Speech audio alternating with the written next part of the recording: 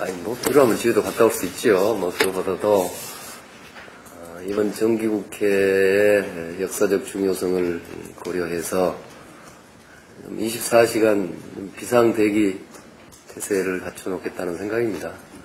그래서 여기 국회, 또는 국회에 언제든지 뛰어올 수 있는 상태로 있게 되면 일들을 좀, 기민하게, 효율적으로 처리할 수 있다고 생각합니다. 그래서 좀 비상대기 태세를 갖추겠다 이겁니다. 근데 조금 너무 과장돼서 전달됐어요. 나오시고요. 코를 크게 들으시고. 밑에 의무실이 있는데 좀 쉬셔야 돼요. 어디랑 숨어가고. 공부하다 보니까 이제 그날 좀 사실은 원래 몸이 좀 안 좋았어요. 그날도 좀 안 좋고 그런데다가 그 데뷔를 잘 못했습니다. 사실은 여기서 하도 바쁘니까 그런지 내일 일정이 뭐다 하는 거에 대해서 잘 모르고 있어요. 그날 그 전날 밤에나 생기는 건데 조금 상태가 나빴는데 그냥 다짜고짜로 헌혈을 하다가 조금 어렵습니다. 헌정사상 처음으로 민주개혁 정통 세력이 국회 과반수를 차지하게 됐습니다. 그래서 행정부를 우리가 책임진 여당이라는 사실과 아울러 볼 때 국민들이 역사상 최초로 우리 당이라는 민주개혁 정통 세력에게 행정부와 입법부의 책임을 다 맡겼습니다. 그래서 그렇기 때문에 우리는 이번 정기국회에서 그런 국민의 민의에 따라서 그 민의는 명백하게 변화와 개혁입니다. 그래서 개혁을 완수해야 될 역사적 사명이 있는 거죠. 어쩌면 국민들은 우리를 지지해왔던 또 우리에게 과반수 의석을 줘왔던 국민들을 중심으로 해서 국민들은 열린우리당을 4.15 총선에서 과반수로 만들어줬는데 지금 벌써 몇 달이 지났는데 뭐하고 있는가? 그러면서 상당한 실망감이 있다고 느껴지거든요. 그걸 보더라도 이번 정기국회를 통해서 중요한 개혁을 늦춰야 될 이유도 없고 빨리 해야만이 그 성과를 높일 수 있고 국민들에게도 그 기대에 충족시켜 드릴 수 있다고 생각합니다. 우리가 갖고 있는 이 과제라는 것은 끊임없이 발전시켜 나가야 될 과제들이죠. 그러니까 이거 하나 있으니까 이건 무슨 이게 헌법이다. 절대 못 고치고 여대로 간다 이런 거하고 관계가 없습니다. 이것은 우리가 지향해야 될 과제들을 우선 목록을 정해 놓은 것입니다. 얼마든지 발전시켜 나가고 또 무슨 경우에 따라서 현실적으로 하기 어렵다고 그러면 당장 좀 미뤄야 될 것도 있게 되겠죠. 앞으로. 얼마든지 그걸 유연하게 대처하려고 합니다. 국가본법에서 아까 그런 기본권 침해가 될 만한 것들을 떨어내고 나머지 국가본법이 아니고서는 처벌을 해야 되겠는데 국가본법이 아니고서는 처벌할 수 있는 부분을 남기자 이겁니다. 그 잔존물을 뭐라고 부를까의 문제인데 그 세 가지가 있습니다. 하나는 형법에다 아까 그런 것까지 처벌할 수 있도록 보완하는 겁니다. 또는 아까 잔존물을 뭐라고 다른 이름으로 부르는 겁니다. 그게 대체입법 아닙니까? 마치 최근 언론에 무슨 그 민주질서 수호법 같은 과거에 박상천 의원이 제안했던 것을 떠올리던데요.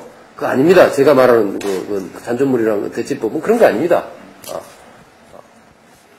어쨌든 그 잔존물을 갖다 뭐라고 다른 이름으로 부르면 국가본법이 아닌 다른 이름으로 부르면 형법도 국가본법도 아니지만 하여튼 뭐라고 X라는 법으로 부르면 그것이 바로 대체법이 될 거라고 봅니다.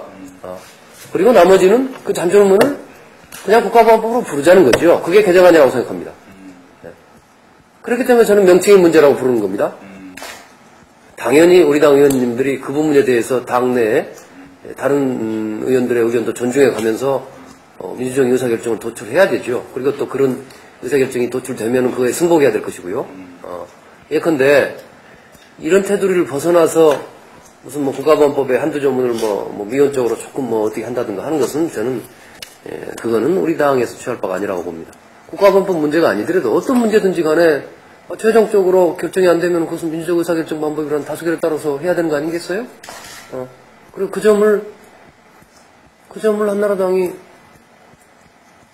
못하겠다고 나오면 도대체 뭘 어쩌자는 거죠? 그럼 민주주의를 파괴하는 것밖에 더 됩니까? 뭐 그럴 일은 없으리라고 봅니다. 그거를 이거냐 저거냐는 문제로 봐서는 안 된다고 생각합니다. 말하자면 그 주도권을 뭐 재단 측이 가질 것이냐 아니면 뭐 거기에 뭐 교사회가 가질 것이냐 이런 식으로 그냥 봐서는 안 된다고 생각합니다. 역시 그 뭡니까 학교를 설립하고 그 운영하는 재단에 그 사람들의 원래 갖고 있던 권리나 그 사람들의 권한은 존중해 줘야 되죠. 그러면서 또 한편으로는 학교를 운영에 참여하고 있는 무슨 교사들이라든가 운영위원이라든가 학부모라든가 이런 분들이 함께 참여해서 자기 의견도 개진하고 아까 그 투명성을 높일 수 있는 방법들도 함께 고려돼야 되죠. 그래서 이 문제는요, 지금 앞으로 뭐 당정 간에도 아직 완전한 의견이 해소되지 않고 있고, 당 내에도 얼마 전에 정책의총에서도 조금 그 의견의 편차가 드러난 문제이기 때문에 앞으로 좀 더 논의해서 아주 합리적인 방안을 도출할 생각입니다. 친일진상규명법의 경우에는 사실은 한나라당이 주도하는, 그러니까 다수가 돼서 주도하는 그 특위에서조차도, 특위위원장도 한나라당 의원이었습니다. 그 특위에서 만든 법이 있었는데 그것을 한나라당의 법사위원들이, 법사위도 한나라당이 지배하고 있었습니다. 법사위원들이 누더기로 만들어놨던 겁니다. 사실은 그 법안은, 그러니까 친일진상규명법안은 법사위법 고위법안이 아니기 때문에 법사위에서는 체계와 자구를 볼 권한밖에 없습니다. 그럼에도 불구하고 한나라당의 몇 사람의 무슨 그 뭐 수구적인 그 법사위원들에 의해서 그것이 누더기가 된 상태로 할 수 없이 우리가 말이에요. 그때 우리 당이 힘이 약했기 때문에 할 수 없이 그렇게 통과가 됐던 겁니다. 이거는요, 그래서 이거를 바로잡자는 겁니다, 사실은. 제대로 16대 국회에 한나라당조차도 동의했던 원래 취지, 친일진상규명법을 제대로 만들자는 취지를 살려서 이번 17대 국회에서 9월 23일 날 그런 취지가 살려진 법안이 한꺼번에 발효하도록 하는 것이 혼선을 줄이고 법적 안정성을 높이는데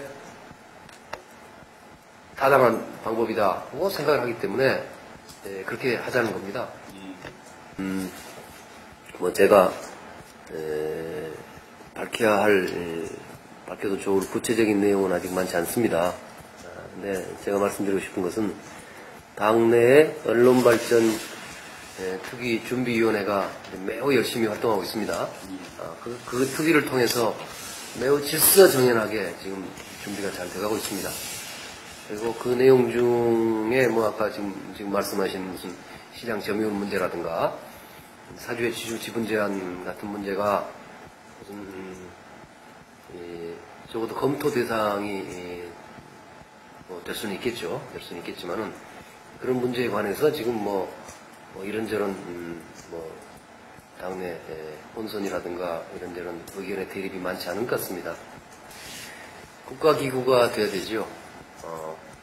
국가기구가 뭐냐부터 우선 생각해 봐야 되겠어요. 국가기구라는 것은 물론 공무원들로 이루어진 기구는 국가기구겠죠. 근데 공무원들이 아니더라도 민간인들이 모인다 하더라도 거기에 어떤 국가 공권력이 부여되면 그 국가기구인 겁니다. 저는 그렇게 생각합니다. 그러니까 저희가 국가기구를 주장한 것은 그 과거사 진상조사위원회를 만들 때 그거를 전부 다 공무원으로 채우자는 그런 뜻은 아닙니다. 거기는 뭐 오히려 많은 신망 있는 각계각층의 인사들, 전문성을 갖춘 뭐 학자들 이런 분들도 들어가야 되겠죠. 그런데 왜 그게 국가기구가 될 수밖에 없느냐 하면요. 지금 의문사 진상조사위원회가 지난 6월 말로 자동 해체됐습니다.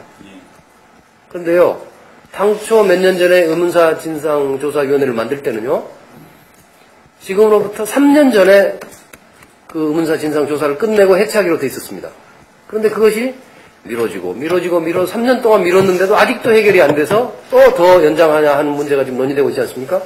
그런데 의문사 진상조사위원회가 그렇게 빨리 일을 처리 못한 주된 이유가 뭐냐면요. 그 의문사 진상조사위원회 권한이 너무 약해가지고 아까 무슨 국정원이든 뭐 이런 데 자료를 제대로 조사할 수 없게 돼 있기 때문이라고 하고 있습니다. 바로 그것이 전형적인 이미 우리 경험에서부터 배울 수 있는 사례입니다. 그러니까 우선 한나라당이 민간기구를 하자. 민간인들을 대거 참석시키자. 뭐 그건 좋습니다. 그런 뜻이라면 뭐 제가 받아들일 수 있죠. 그런데 민간기구를 하자는 뜻이 거기는 그냥 자율적으로 무슨 학자들 모임 같은 걸 해서 자기들이 알아서 다니면서 자료 수집하고 거기다 무슨 공권력이 뒷받침 못 해주겠다 이런 뜻이라고 그러면 그런 기구는 만드나 마나입니다. 기한이 12월 말이기 때문에 12월 말까지 이 문제에 대해서 결정이 안 되면은 뭐 철수를 해야 될 그런 사정이 있죠. 그러니까 12월 말 이전에 연장을 할 것이냐 아니면은 연장을 안 할 것이냐 하는 문제를 국회 차원에서 정부 차원에서 그리고 국회가 동의를 해주냐 여부를 결정함으로써 국가 차원에서 결정을 해야 되겠죠. 이 문제에 대해서 뭐 아직은 문제에 대한 당내 논의도 충분치 않고요. 아직은 제가 어떤 입장을 말하기는 이르다고 생각합니다. 뭐 개혁입법을 비롯해서 많은 국정사안을 국회가 뒷받침해 가는 데 있어서도 적어도 사안별로 정책이 같은 당들하고의 협력이 필요하고 매우 바람직합니다. 그래서 지금 끊임없이 민주노동당, 민주당과는 우리가 채널을 열어놓고 서로 협의하고 협력 체계를 어느 정도 구축한 점도 있고요. 또 구축하려는 노력을 늘 하고 있습니다. 그 질문에는 우리 당 의원들에 대한 뭐랄까요, 좀 적절한 말이 될지 모르지만 일부 불신이 좀 숨어 있는 것 같습니다. 당론을 얼마만큼 이제 당론이기 때문에라고 그렇게 이제 형식적으로 볼 게 아니고요.